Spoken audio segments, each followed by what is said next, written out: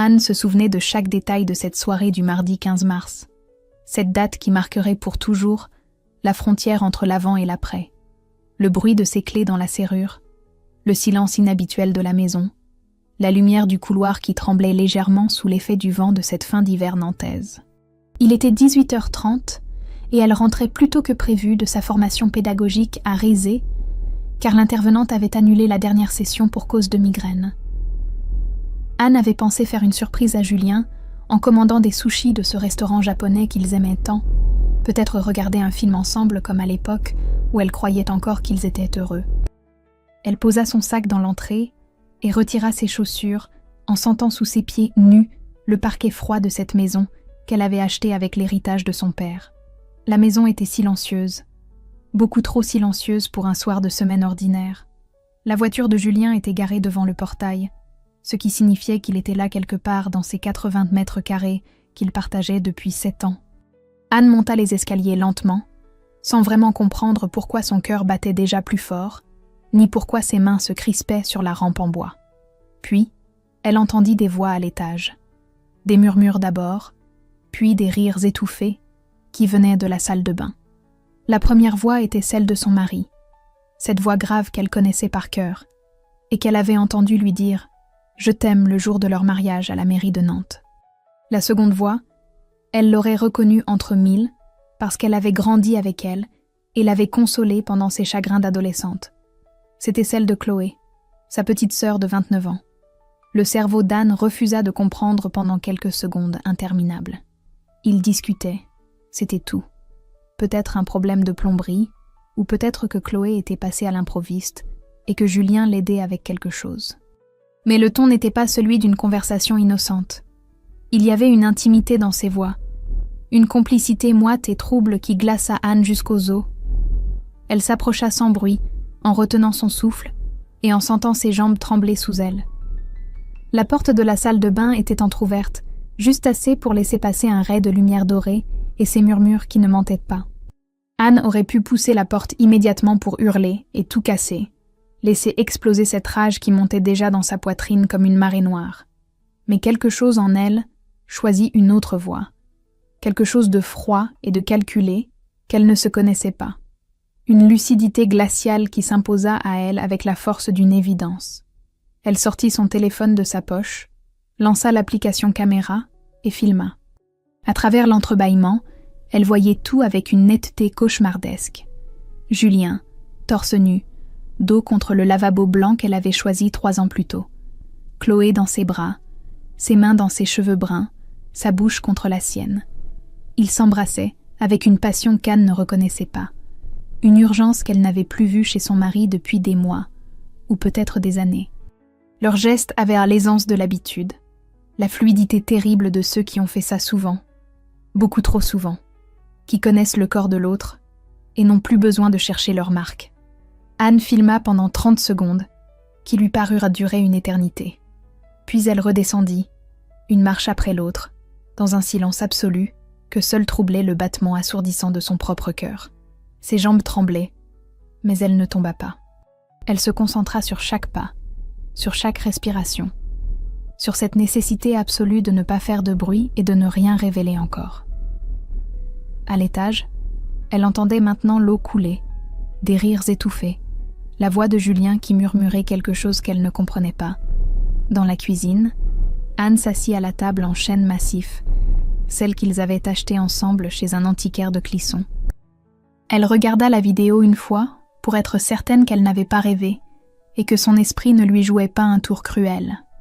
Mais non, tout était là, capturé en haute définition, irréfutable et définitif. Elle sentit quelque chose se briser en elle, pas brutalement, mais avec la lenteur méthodique d'une fissure qui se propage dans du verre. Puis elle composa un numéro qu'elle connaissait par cœur. Marc décrocha à la 3e sonnerie. Sa voix était chaleureuse et un peu surprise comme toujours quand elle l'appelait en semaine. Marc, le mari de Chloé depuis 4 ans, son beau-frère, un comptable sérieux et attentionné qui adorait sa femme sans voir qu'elle le trahissait sous son propre toit. Anne prit une grande inspiration avant de parler d'une voix étonnamment calme, presque détachée, comme si elle parlait de quelque chose qui ne la concernait pas vraiment. Tu ferais mieux de venir maintenant, Marc. Quoi? Qu'est-ce qui se passe? Viens, ne pose pas de questions. J'habite rue de la Perverie à Nantes. Tu connais l'adresse. Anne, tu me fais peur. Qu'est-ce que... 15 minutes, pas plus. Elle raccrocha avant qu'il puisse ajouter quoi que ce soit. Les 15 minutes qui suivirent furent les plus longues de sa vie. Elle resta assise à cette table, les mains posées à plat devant elle pour les empêcher de trembler, respirant lentement pour ne pas céder à la nausée qui montait par vagues. À l'étage, l'eau avait cessé de couler et elle entendait des bruits de pas, des portes qui s'ouvraient et se fermaient, la vie qui continuait comme si de rien n'était et comme si le monde n'était pas en train de s'effondrer. Elle ne pleura pas. Pas encore. La douleur viendrait plus tard, elle le savait, quand l'adrénaline retomberait et qu'elle serait seule dans le noir de sa chambre. Pour l'instant, il n'y avait que cette lucidité glaciale, cette détermination nouvelle qui s'imposait à elle avec la force d'une révélation. Elle était Anne, 34 ans, enseignante en primaire, une femme que tout le monde décrivait comme douce et conciliante. Mais ce soir, dans cette cuisine où elle avait préparé 1000 dîners pour un homme qui la trahissait, elle découvrait une autre version d'elle-même qu'elle ne connaissait pas et qui ne tremblait pas. La sonnette retentit exactement 14 minutes après son appel. Anne ouvrit la porte sur Marc qui était essoufflé et inquiet, les clés de voiture encore à la main, le visage marqué par cette confusion de celui qu'on arrache brutalement à sa soirée tranquille. Elle lui tendit son téléphone sans un mot, sans préambule, sans chercher à adoucir le choc. Il valait mieux comme ça, brutal et sans détour. Marc regarda l'écran et appuya sur lecture. Anne vit son visage se décomposer en temps réel. D'abord la confusion, puis la compréhension qui s'infiltrait lentement, puis quelque chose qui ressemblait à de la nausée physique. Il porta une main à sa bouche, tandis que ses yeux restaient fixés sur l'écran même après que la vidéo se fut terminée. Non, non, c'est pas possible. Si. Quand est-ce que... Maintenant. Ils sont à l'étage. Marc releva les yeux vers elle, et Anne vit dans son regard la même colère froide que celle qui l'habitait, cette rage contenue de ceux qui viennent de comprendre que leur vie entière repose sur un mensonge. Ils gravirent les escaliers ensemble, lentement, en silence, chaque marche résonnant comme un glas dans la maison endormie. À chaque pas, Anne sentait son cœur cogner plus fort, mais ses mains ne tremblaient en plus. Arrivés sur le palier, ils entendirent des voix qui venaient de la chambre maintenant, des rires légers et insouciants. Puis la voix de Julien claire et détendue qui disait « On a encore 1 heure avant qu'elle rentre ». Marc serra les poings si fort qu'Anne entendit ses jointures craquer. Elle posa la main sur la poignée de la porte de la chambre, prit une grande inspiration qui lui brûla les poumons et ouvrit d'un coup sec. La porte s'ouvrit sur un tableau que ni Anne ni Marc n'oublieraient jamais. Julien et Chloé sursautèrent violemment. Chloé porta une main à sa bouche, en étouffant un cri, tandis que Julien se redressa d'un bond en cherchant frénétiquement quelque chose à dire. N'importe quoi, qui pourrait transformer cette scène en malentendu innocent. Mais il n'y avait rien à dire. Ils étaient là, à moitié habillés sur le lit conjugal, et le silence qui tomba dans la chambre avait le poids d'une condamnation sans appel. Marc fut le premier à exploser. Il se précipita vers Julien en hurlant des choses incohérentes, la rage déformant son visage habituellement calme. Anne dut le retenir par le bras pour l'empêcher de frapper. Chloé se leva précipitamment en remettant son chemisier d'une main tremblante, les larmes déjà aux yeux. Cette stratégie qu'elle utilisait depuis l'enfance pour échapper aux conséquences de ses actes. Elle s'approcha d'Anne en tendant les mains dans un geste de supplication pathétique. « Anne, je t'en supplie, écoute-moi, c'est la première fois. On était ivres, ça ne voulait rien dire. » Anne la regarda sans un mot. Son silence était plus terrifiant que n'importe quelle colère. Chloé tenta de la prendre dans ses bras, mais Anne la repoussa avec une force qu'elle ne se connaissait pas. Le geste fut si brusque que Chloé trébucha en arrière et heurta la commode. Julien essaya une autre tactique en pointant un doigt accusateur vers Anne. Sa voix tremblait, mais il tentait de paraître indigné, de retourner la situation comme s'il était la vraie victime de cette histoire. « Tu n'es jamais là, Anne. Tu ne me regardes plus depuis des mois. Tu passes tes soirées à corriger des copies au lieu de t'occuper de ton mari. Qu'est-ce que tu croyais ?» Anne sortit calmement son téléphone de sa poche et le posa sur la commode. L'écran affichait une capture d'écran d'un relevé bancaire. Julien pâlit instantanément. Hôtel Le Negresco à Bordeaux, 3 nuits en février. Restaurant, La Belle Étoile. 250 € le 14 janvier. Spa des Thermes à la Baule. Forfait couple le 28 décembre. Tu veux que je continue ? Chloé écarquilla les yeux en réalisant qu'Anne savait tout depuis un moment déjà. Julien ouvrit la bouche, mais aucun son n'en sortit. Anne continua d'une voix glaciale qui ne tremblait absolument pas. J'ai aussi retrouvé les messages supprimés sur l'ordinateur familial. Ça dure depuis 8 mois. Votre petit voyage professionnel à Bordeaux le mois dernier ? Vous étiez ensemble. Les week-ends chez ta mère, Julien ? Tu étais avec elle ? Marc s'effondra sur le bord du lit, la tête entre les mains. Chloé sanglotait maintenant bruyamment, en répétant qu'elle était désolée, qu'elle ne savait pas ce qui lui avait pris, qu'elle aimait Marc. Julien tentait encore de minimiser en parlant d'erreurs, de moments d'égarement, de crises conjugales qui les avaient rapprochés, lui et Chloé. Anne les écouta pendant 2 minutes sans les interrompre. Puis elle annonça calmement, presque sereinement, la seule chose qui comptait vraiment. Vous avez 48 heures pour quitter cette maison.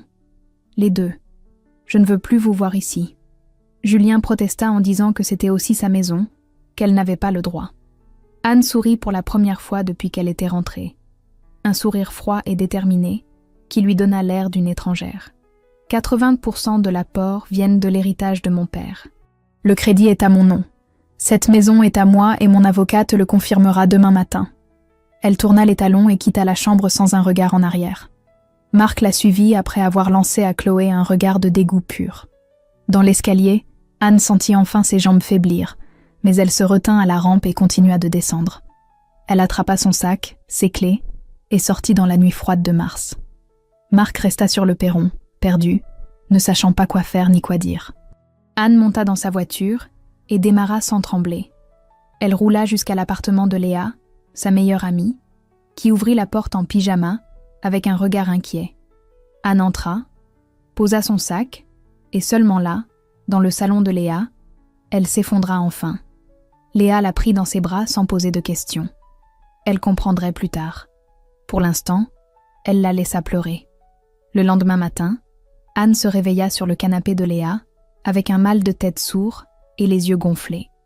Elle avait dormi 3 heures à peine, hantée par des images qu'elle aurait voulu effacer de sa mémoire. Léa lui prépara un café sans poser de questions et s'assit en face d'elle en attendant qu'Anne soit prête à parler. Quand Anne raconta tout, Léa serra les poings si fort que ses jointures blanchirent. Elle ne dit rien pendant un long moment, puis elle attrapa son téléphone et envoya un message rapide avant de le reposer sur la table. « J'ai une amie avocate spécialisée en divorce. Elle peut te recevoir cet après-midi si tu veux. » Anne hocha la tête. Elle n'avait pas prévu d'agir aussi vite, mais quelque chose en elle refusait de rester passive, de laisser Julien et Chloé contrôler le rythme de ce qui allait suivre. À 15 heures, elle était assise dans le cabinet de Maître Verneuil, une femme d'une 50aine d'années au regard perçant qui écouta son histoire sans l'interrompre. Quand Anne lui montra la vidéo, l'avocate hocha lentement la tête, avec une expression qui ressemblait presque à de la satisfaction professionnelle. « Vous avez une preuve d'adultère irréfutable. C'est rare d'avoir quelque chose d'aussi clair. Parlez-moi de la maison. » Anne expliqua que la maison avait été achetée il y a 5 ans, avec l'héritage qu'elle avait reçu après le décès de son père. Julien n'avait financé que 30% de l'apport initial et depuis, c'était elle qui payait l'essentiel des mensualités du crédit. Maître Verneuil prit des notes méthodiquement en posant des questions précises sur les comptes bancaires, les biens communs, les revenus de chacun.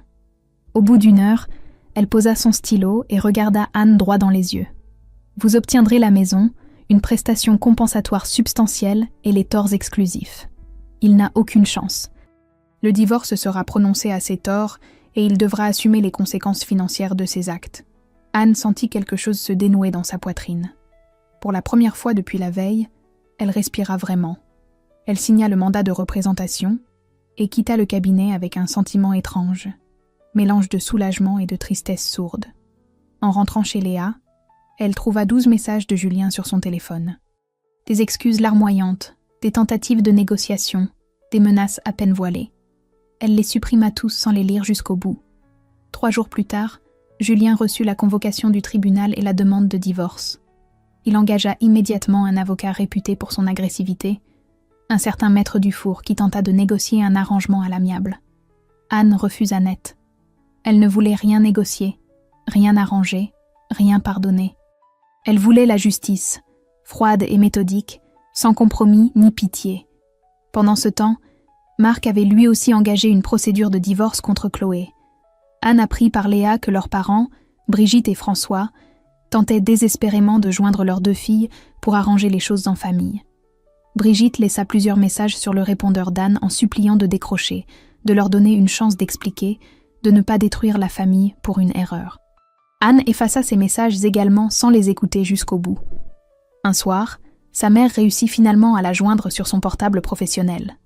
Brigitte pleurait au téléphone, en disant que Chloé était fragile, qu'elle avait fait une erreur certes, mais qu'elle méritait une seconde chance, que la famille devait rester unie malgré tout. Anne écouta en silence pendant 2 minutes avant d'exploser enfin. « Et moi, maman, votre fille aînée qui a toujours été celle sur qui on compte, celle qui ne fait jamais de vagues, celle qui arrange tout pour tout le monde, je n'existe que quand il faut pardonner. Chloé couche avec mon mari pendant 8 mois, et c'est moi qui dois être compréhensive. » Brigitte balbutia quelque chose sur l'importance du pardon et de la famille, mais Anne raccrocha avant qu'elle puisse finir sa phrase. Elle bloqua le numéro de ses parents sur son téléphone et se sentit étrangement libérée. Ce soir-là, elle reçut un dernier message de Julien qui n'était plus une supplication, mais une menace à peine déguisée. « Tu vas le regretter, Anne. Je te promets que tu vas le regretter. » Elle fit une capture d'écran du message et l'envoya immédiatement à Maître Verneuil. Puis elle éteignit son téléphone et dormit d'un sommeil lourd et sans rêve pour la première fois depuis 1 semaine. Anne retourna vivre dans sa maison 2 semaines après la confrontation. Julien et Chloé avaient finalement quitté les lieux en emportant leurs affaires dans un silence pesant. Elle retrouva la maison vide et froide, avec ses espaces où manquèrent des objets qu'elle ne remarquait pas avant. Le fauteuil du salon que Julien avait acheté, la lampe de chevet qu'il aimait tant, des petits vides qui lui rappelaient constamment ce qu'elle avait perdu, ou plutôt ce qu'on lui avait volé. Les premiers soirs furent terribles. Anne se réveillait en pleine nuit dans un silence absolu, cherchant machinalement la présence de Julien à côté d'elle, avant de se souvenir brutalement de tout. Elle dormait mal, mangeait peu, perdait du poids sans même s'en rendre compte. Ses collègues de l'école primaire remarquèrent son teint pâle et ses cernes, mais elle maintenait une façade professionnelle impeccable devant ses élèves. Avec eux, elle restait souriante et attentive, comme si rien ne s'était passé. C'était seulement en rentrant le soir qu'elle s'effondrait. Léa et Inès, son autre amie proche, l'entouraient du mieux qu'elles pouvaient. Elle venait dîner chez elle plusieurs fois par semaine, l'obligeait à sortir le week-end, à voir du monde, à ne pas s'enfermer dans sa douleur.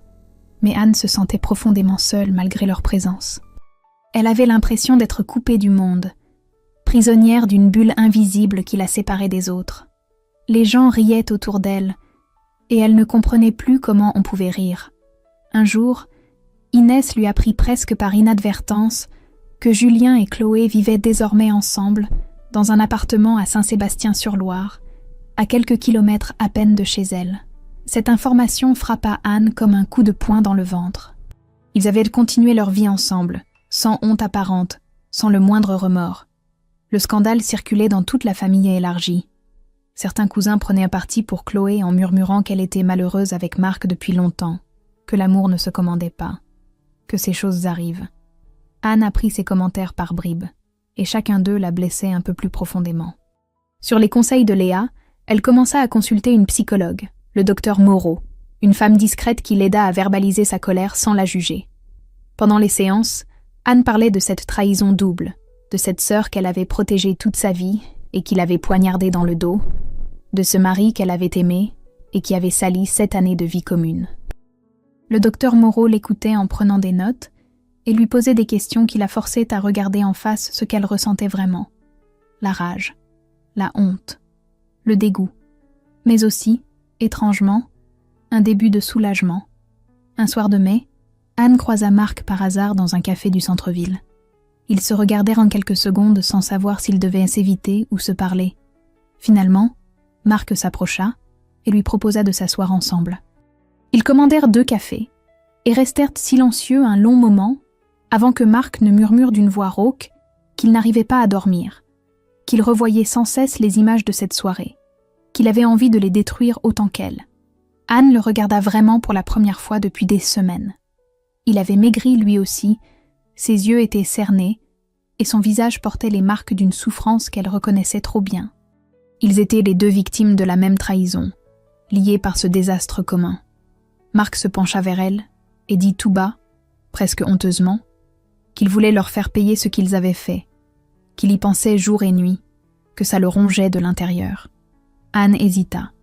Puis, elle posa sa tasse sur la table et dit lentement, en pesant chaque mot, que si c'était vraiment ce qu'il voulait, alors il devait le faire intelligemment, méthodiquement, sans céder à la colère aveugle. Marc hocha la tête, et pour la première fois depuis un mois, Anne sentit quelque chose s'allumer en elle. Pas de la joie, pas du bonheur, mais une détermination froide et précise qui ressemblait presque à de l'espoir. « Alors faisons-le intelligemment », dit-elle simplement. Anne et Marc se revirent 3 jours plus tard dans un petit restaurant discret du quartier Bouffé. Ils s'installèrent à une table au fond de la salle, loin des oreilles indiscrètes, et commencèrent à partager ce qu'ils avaient découvert chacun de leur côté. Marc ouvrit son ordinateur portable et montra à Anne une série de documents bancaires qu'il avait imprimés. Son visage était grave mais déterminé. « Julien a contracté un crédit à la consommation de 25 000 € durant les 6 derniers mois de votre mariage. Tu étais au courant ?» Anne secoua la tête lentement. Elle n'avait rien vu, rien su, rien soupçonné. Marc fit défiler les relevés en pointant du doigt les dates et les montants. L'argent avait été utilisé pour financer leurs escapades, les hôtels de luxe, les restaurants gastronomiques, les week-ends à Bordeaux et à La Baule. Tout ce qu'Anne avait découvert sur les relevés bancaires qu'elle avait montrés lors de la confrontation. Sauf que cette fois, c'était bien pire. Julien avait contracté cette dette à l'insu d'Anne, en utilisant probablement de faux documents ou en falsifiant sa signature. Anne sentit la colère monter en elle comme une vague brûlante. Elle appela immédiatement Maître Verneuil depuis le restaurant et lui expliqua la situation. L'avocate eut un petit rire satisfait au bout du fil, avant de répondre que c'était exactement le genre de choses qu'elle espérait trouver. Une dette personnelle contractée en fraude des droits du conjoint pendant la procédure de divorce. Julien devrait l'assumer seul, intégralement, sans aucune possibilité de la faire peser sur Anne. C'était une bombe juridique qui allait exploser en plein tribunal. Marc avait lui aussi quelque chose à révéler. Il sortit une clé USB de sa poche et la posa sur la table entre eux. Anne le regarda sans comprendre.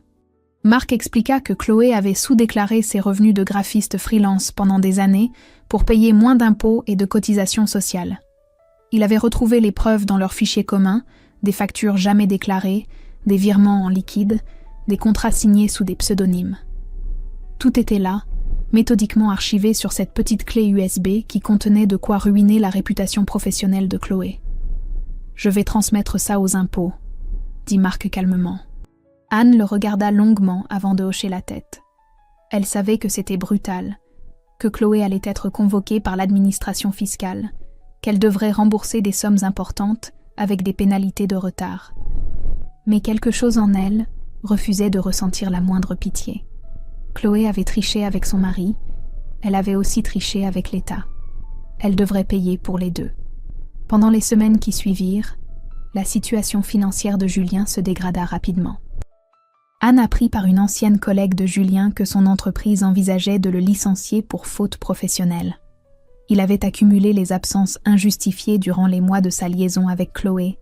Ses performances commerciales s'étaient effondrées et plusieurs clients s'étaient plaints de son manque de professionnalisme. Le directeur régional avait lancé une procédure disciplinaire et Julien risquait de se retrouver sans emploi d'ici quelques semaines. Anne transmit cette information à Maître Verneuil, qui la nota soigneusement dans son dossier. Chaque élément comptait pour évaluer la capacité de Julien à verser une prestation compensatoire. Si Anne arrivait à prouver qu'il avait sabordé sa propre carrière par négligence pendant qu'il menait sa double vie, le juge en tiendrait compte. Un soir, Anne reçut un message de Chloé sur son téléphone. C'était le premier contact direct depuis la confrontation. Le message était long, confus, rempli de fautes d'orthographe qui trahissaient la panique de sa sœur. Chloé écrivait qu'elle était désolée, qu'elle ne savait pas ce qu'elle faisait, qu'elle avait reçu un courrier des impôts et qu'elle ne comprenait pas ce qui se passait, qu'elle avait besoin d'aide, qu'elle ne savait plus vers qui se tourner. Anne lut le message jusqu'au bout sans éprouver la moindre émotion. Puis elle le supprima et bloqua le numéro de Chloé. Elle n'avait plus rien à dire à sa sœur, plus rien à lui donner, plus rien à partager. Cette partie de sa vie était terminée. 3 semaines plus tard, Maître Verneuil appela Anne pour lui annoncer que la date du jugement de divorce avait été fixée. Ce serait dans 1 mois exactement, le jeudi 23 juin, à 14h, au tribunal de grande instance de Nantes. Anne nota la date sur son calendrier avec un sentiment étrange, mélange d'appréhension et de soulagement. Bientôt, ce serait vraiment fini. Le jeudi 23 juin, Anne se réveilla à 6h du matin dans un silence absolu. Elle avait dormi par à-coups, hantée par l'angoisse de ce qui l'attendait. Léa passa la chercher à 13h et elles roulèrent jusqu'au tribunal de grande instance de Nantes, sans échanger un mot. Anne portait un tailleur sobre de couleur marine, des chaussures plates, aucun bijou. Elle voulait paraître digne, sobre, respectable. Pas une victime effondrée, mais une femme debout qui réclamait justice. Dans le couloir du tribunal, elle croisa brièvement le regard de Julien qui attendait de l'autre côté avec son avocat, Maître Dufour. Julien avait maigri lui aussi. Son costume pendait légèrement sur ses épaules, et son visage portait les traces d'une fatigue profonde. Il détourna les yeux le premier. Anne sentit quelque chose se dénouer en elle. Elle n'avait plus peur de lui. Elle n'avait plus peur de rien. L'audience commença à 14h précise. La juge, une femme d'une 50aine d'années au regard perçant, présida la séance avec une autorité tranquille qui imposait le respect. Maître Dufour plaida en premier pour Julien, en tentant de minimiser l'adultère, en parlant de crise conjugale, de difficultés relationnelles, de torts partagés. Il demanda une liquidation équitable du régime matrimonial et une petite prestation compensatoire pour Julien, qui se retrouvait sans domicile stable. Anne dut se retenir pour ne pas éclater de rire à cette dernière phrase. Puis, ce fut au tour de Maître Verneuil. Elle déposa méthodiquement les preuves devant la juge. La vidéo que Anne avait filmée le soir de la découverte. Les relevés bancaires montrant les dépenses excessives dans les hôtels et restaurants. Les messages récupérés sur l'ordinateur familial prouvant que la liaison durait depuis 8 mois. Et surtout, le contrat de crédit à la consommation de 25 000 € que Julien avait contracté à l'insu d'Anne pour financer sa double vie. Maître Dufour tenta de contester en arguant que Julien avait le droit de gérer ses finances, comme il l'entendait, mais Maître Verneuil le coupa net en rappelant que dans le cadre d'un régime de communauté réduite aux acquêts, toute dette contractée pendant le mariage engageait théoriquement les 2 époux, sauf si elle était manifestement frauduleuse ou étrangère aux besoins du ménage. Financer une liaison adultère entrait clairement dans cette catégorie. La juge demanda alors à Julien de s'expliquer. Il se leva péniblement, le visage blême, et tenta de plaider la confusion, l'égarement, la crise de la quarantaine. Il s'excusa maladroitement, en regardant Anne avec des yeux implorants. Anne soutint son regard sans ciller, sans la moindre émotion visible. La juge l'interrompit sèchement, en lui demandant de répondre à la question posée, et non de présenter des excuses qui ne concernaient pas la procédure. Puis ce fut au tour d'Anne de témoigner. Elle se leva calmement, prit place à la barre et raconta les faits avec une précision chirurgicale. Elle décrivit le soir du 15 mars, la découverte, les mensonges, les 8 mois de trahison. Elle parla de la maison achetée avec l'héritage de son père, des mensualités qu'elle payait seule depuis des années, de sa vie professionnelle stable en tant qu'enseignante. Elle ne pleura pas, ne haussa jamais la voix, ne se laissa jamais déborder par l'émotion. Elle exposa simplement les faits avec une dignité qui impressionna visiblement la salle. Quand elle eut terminé, la juge hocha lentement la tête et annonça qu'elle rendrait son jugement dans les 15 jours. L'audience fut levée. Anne sortit du tribunal avec Maître Verneuil, qui lui serra la main en murmurant qu'elle avait été parfaite. Dans le couloir, Anne croisa Chloé qui attendait assise sur un banc, les yeux rouges et gonflés. Chloé se leva comme pour s'approcher, mais Anne passa devant elle sans ralentir, sans un regard, sans un mot. 15 jours plus tard, le jugement tomba. Divorce prononcé aux torts exclusifs de Julien. Anne conservait la maison et tous les biens qu'elle avait financés personnellement. Julien devait lui verser une prestation compensatoire de 40 000 € sur 3 ans. Il assumait seul la dette de 25 000 € contractée pendant le mariage. En lisant le jugement dans le bureau de Maître Verneuil, Anne sentit enfin quelque chose se libérer dans sa poitrine. Elle respira profondément, longuement, comme si elle émergeait après des mois passés sous l'eau. « C'est fini », murmura-t-elle. Maître Verneuil sourit doucement et acquiesça. Oui, c'était vraiment fini.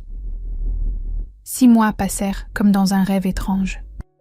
Anne repeint la maison pièce par pièce en choisissant des couleurs qu'elle aimait vraiment, des tons chauds qui n'avaient rien à voir avec le gris et le beige que Julien préférait. Elle changea les meubles du salon, vendit le lit conjugal et en acheta un nouveau, plus petit mais plus confortable. Elle effaça méthodiquement toutes les traces de leur vie commune, jusqu'à ce que la maison redevienne vraiment la sienne. Elle reprit le sport en s'inscrivant à un cours de yoga le mardi soir et à des séances de natation le samedi matin. Son corps se renforça, son sommeil s'améliora, son appétit revint progressivement. Ses collègues de l'école remarquèrent le changement. Anne souriait à nouveau avec ses élèves. Elle plaisantait dans la salle des professeurs. Elle acceptait les invitations à dîner, qu'elle refusait systématiquement quelques mois plus tôt. Léa et Inès organisèrent une soirée pour son 35e anniversaire en octobre, et Anne se surprit à rire vraiment, sans forcer, sans faire semblant. Un week-end de novembre, elle croisa Marc lors du mariage d'un cousin commun à la famille. Ils ne s'étaient pas vus depuis le jugement et se retrouvèrent côte à côte lors du cocktail en début de soirée. Marc avait changé lui aussi. Il avait retrouvé des couleurs, semblait apaisé, presque serein. Ils s'installèrent à une table à l'écart et discutèrent longuement en évitant soigneusement de parler de Julien et Chloé. Marc raconta qu'il avait rencontré quelqu'un, une collègue de son cabinet comptable, une femme gentille et honnête qui l'avait aidé à tourner la page. Anne sentit une pointe de jalousie fugace, mais sincère. Elle se rendit compte qu'elle aussi voulait ça, cette possibilité de recommencer, de refaire confiance. « Sans toi, je serais restée dans la haine », dit Marc doucement. « Tu m'as aidé à transformer tout ça en quelque chose de constructif. » Anne sourit en haussant les épaules. Elle ne savait pas vraiment si elle avait aidé Marc ou si c'était lui qui l'avait aidé. Peut-être que c'était les deux. Peut-être que leur alliance improbable avait été la seule chose qui leur avait permis de survivre à ce désastre.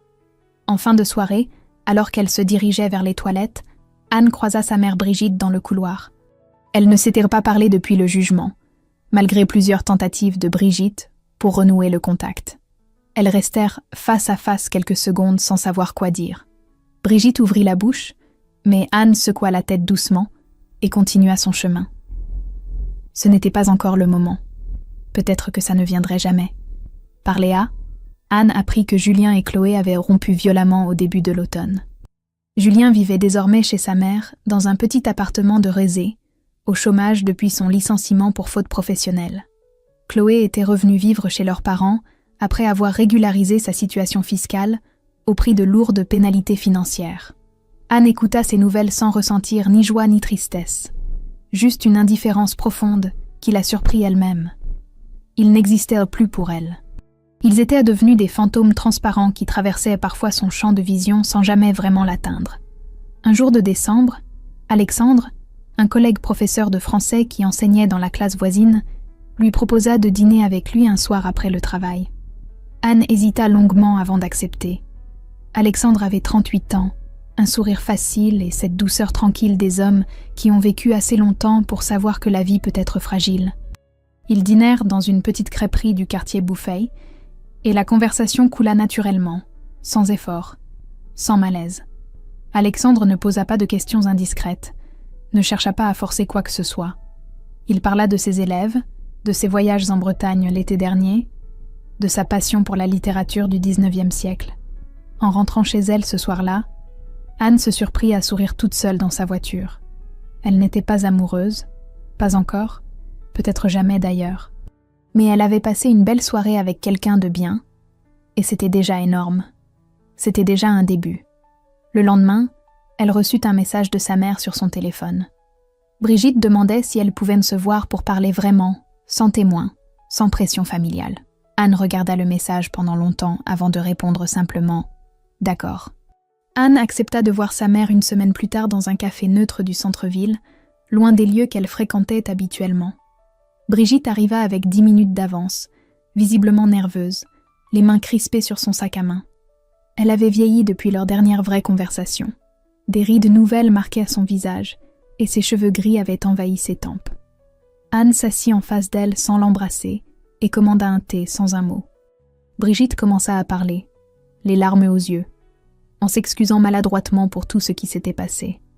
Elle expliqua qu'elle avait mal géré la situation, qu'elle avait cru bien faire en voulant préserver la famille, qu'elle ne savait pas comment réagir face à un tel désastre. Elle dit qu'elle aimait ses 2 filles de la même manière et qu'elle avait voulu protéger Chloé parce qu'elle la trouvait plus fragile, plus vulnérable. Anne écouta sans l'interrompre, laissant sa mère vider son sac avec cette logorée coupable des gens qui cherchent à se faire pardonner sans vraiment comprendre ce qu'ils ont fait. Quand Brigitte eut terminé, Anne posa calmement sa tasse sur la table et la regarda droit dans les yeux. « Maman, tu as choisi de protéger celle qui m'a trahie, pas celle qui a été trahie. Tu as appelé pour supplier de pardonner à Chloé. Tu n'as jamais appelé pour me demander comment j'allais, si je tenais le coup, si j'avais besoin de toi. Je ne sais pas si je peux te pardonner ça. » Brigitte baissa les yeux en s'essuyant le visage avec un mouchoir froissé. Elle murmura qu'elle comprenait, qu'elle avait eu tort, qu'elle voulait réparer. Puis elle ajouta doucement, presque timidement, que Chloé aimerait la voir, qu'elle souffrait énormément de cette rupture avec sa grande sœur, qu'elle avait écrit plusieurs lettres qu'elle n'osait pas envoyer. Anne sentit la colère monter en elle, comme une vague brûlante. Elle a détruit mon mariage, ma confiance, ma famille. Elle a couché avec mon mari pendant 8 mois en me regardant dans les yeux à chaque repas de famille. Je ne lui dois rien, maman. Absolument rien. Brigitte insista encore en disant que Chloé avait fait une erreur terrible, mais qu'elle payait maintenant, qu'elle avait tout perdu, son mari, sa stabilité financière, sa réputation. Anne l'interrompit sèchement. « Et moi, j'ai tout perdu aussi. Mais moi, je n'ai rien fait pour le mériter. » Elles restèrent silencieuses un long moment. Brigitte finit par hocher la tête tristement, en comprenant qu'Anne ne céderait pas. Elles se quittèrent sur le trottoir, sans vraiment se réconcilier, mais sans non plus rompre définitivement. Anne promit de réfléchir à reprendre contact progressivement, mais elle refusa catégoriquement de voir Chloé. De retour chez elle, Anne trouva dans sa boîte aux lettres une longue lettre manuscrite de Chloé. L'enveloppe portait l'écriture ronde et enfantine de sa sœur. Anne hésita longuement avant de l'ouvrir. Elle lut la lettre jusqu'au bout, assise dans sa cuisine, sans bouger. Chloé s'excusait longuement, expliquait qu'elle était tombée amoureuse sans le vouloir, qu'elle avait essayé de résister mais que c'était plus fort qu'elle regrettait profondément de lui avoir fait du mal. Elle demandait pardon, suppliait Anne de lui donner une chance de s'expliquer vraiment, promettait de tout faire pour reconstruire leur lien. Anne replia la lettre lentement et la rangea dans un tiroir de son bureau sans y répondre. Elle ne ressentait aucune envie de pardonner, aucune compassion, aucun élan vers cette sœur qui avait tout détruit. Peut-être qu'un jour, dans des années, elle pourrait envisager une conversation. Mais pas maintenant. Pas encore. Peut-être jamais. Les semaines qui suivirent, Anne revit Alexandre plusieurs fois. Ils allèrent au cinéma, dînèrent dans différents restaurants, se promenèrent le long de l'Erdre par un dimanche ensoleillé de janvier. Alexandre ne chercha jamais à précipiter les choses. Il respectait son rythme, ses silences, ses hésitations. Un soir, alors qu'il marchait dans les rues du quartier Grasselin, après un concert de musique classique, Alexandre lui prit doucement la main. Anne ne la retira pas. Ils continuèrent à marcher ainsi, main dans la main, sans rien dire. Plus tard ce soir-là, alors qu'ils se disaient au revoir devant la voiture d'Anne, Alexandre lui demanda simplement ce qui la rendait heureuse maintenant. Anne réfléchit longuement avant de répondre avec un sourire sincère qu'elle n'avait pas eu depuis longtemps. « Moi, c'est moi qui me rends heureuse maintenant. » 1 an après le divorce, Anne se tenait devant le miroir de sa chambre en ajustant le col de son chemisier blanc. Elle venait d'être nommée directrice adjointe de son école primaire et aujourd'hui était son premier jour officiel dans cette nouvelle fonction. Elle se regarda quelques secondes en souriant doucement. La femme qu'elle voyait dans le miroir n'était plus celle du 15 mars de l'année précédente. Elle était plus forte, plus sereine, plus entière. Elle avait voyagé avec Alexandre durant l'été, D'abord un week-end à La Rochelle, où ils avaient marché pieds nus sur la plage de Châteladon, puis une semaine en Bretagne, où ils avaient exploré les côtes sauvages du Finistère. Leur relation se construisait lentement, prudemment, sans promesses extravagantes ni déclarations enflammées. Juste une tendresse quotidienne qui grandissait tranquillement comme une plante bien arrosée. Anne avait établi une relation distante mais cordiale avec sa mère Brigitte. Elle se voyait une fois par mois pour déjeuner, parlait de choses neutres, évitait soigneusement le sujet de Chloé. Anne voyait son père François plus régulièrement. Il venait parfois dîner chez elle, et ils passaient des soirées agréables à discuter de politique, de littérature, de tout et de rien. François ne parlait jamais de Chloé, sauf pour dire qu'elle allait bien dans son appartement de Vertou, où elle tentait de reconstruire sa vie professionnelle. Le réveillon de Noël approchait, et Brigitte avait insisté pour que toute la famille se réunisse chez elle comme chaque année. Anne avait longuement hésité avant d'accepter en sachant parfaitement que Chloé serait là. Alexandre lui avait demandé si elle voulait qu'il l'accompagne, mais Anne avait refusé gentiment. C'était quelque chose qu'elle devait affronter seule. Le soir du réveillon, Anne arriva chez ses parents à 19h précise. Elle entra dans le salon où déjà une dizaine de membres de la famille discutaient autour du sapin illuminé. Chloé était là, assise dans un coin près de la fenêtre, visiblement mal à l'aise. Quand elle vit Anne entrer, elle se leva précipitamment, les larmes aux yeux, et s'approcha d'elle en murmurant son prénom comme une prière. Anne la regarda longuement sans bouger. Chloé avait changé elle aussi. Elle avait coupé ses cheveux courts, portait un pull ample qui cachait sa maigreur, semblait rongée par une culpabilité qui ne la quittait jamais vraiment. Elle tendit une main tremblante vers Anne en cherchant ses mots. Anne passa devant elle sans ralentir, sans un mot, sans un regard. Elle continua vers la cuisine où sa mère préparait l'apéritif et salua François qui découpait du saumon fumé. Derrière elle, Chloé resta figée au milieu du salon, la main encore tendue dans le vide. Plus tard dans la soirée, François s'approcha d'Anne alors qu'elle se servait un verre de vin blanc et lui dit doucement qu'elle était devenue forte. Anne le corrigea avec un sourire affectueux. « Non, papa, j'ai toujours été forte. J'ai juste arrêté de le cacher pour protéger les autres. » François hocha la tête en posant une main sur son épaule. Il comprenait. Le soir même, Alexandre l'appela pour prendre de ses nouvelles. Anne lui raconta la soirée en expliquant qu'elle avait croisé Chloé sans lui adresser la parole. Alexandre ne jugea pas, ne conseilla pas. Il écouta simplement. Avant de raccrocher, il lui offrit virtuellement un cadeau de Noël qu'il lui remettrait le lendemain, un pendentif en argent qu'il avait choisi pour elle. Anne sentit quelque chose de chaud se répandre dans sa poitrine. Elle était heureuse, vraiment heureuse, pour la première fois depuis si longtemps qu'elle en avait presque oublié la sensation. Ce soir-là, Anne se tint devant la fenêtre de sa maison à Nantes, une tasse de thé fumant à la main. Elle regarda la rue déserte sous la pluie fine de décembre et repensa à cette soirée terrible du 15 mars où tout avait basculé. Elle se souvint de la femme brisée qu'elle avait été, de la colère glaciale qu'il avait portée pendant des mois, de cette reconstruction longue et douloureuse. Elle ne regrettait rien. Elle avait survécu. Elle avait gagné. Pas contre eux.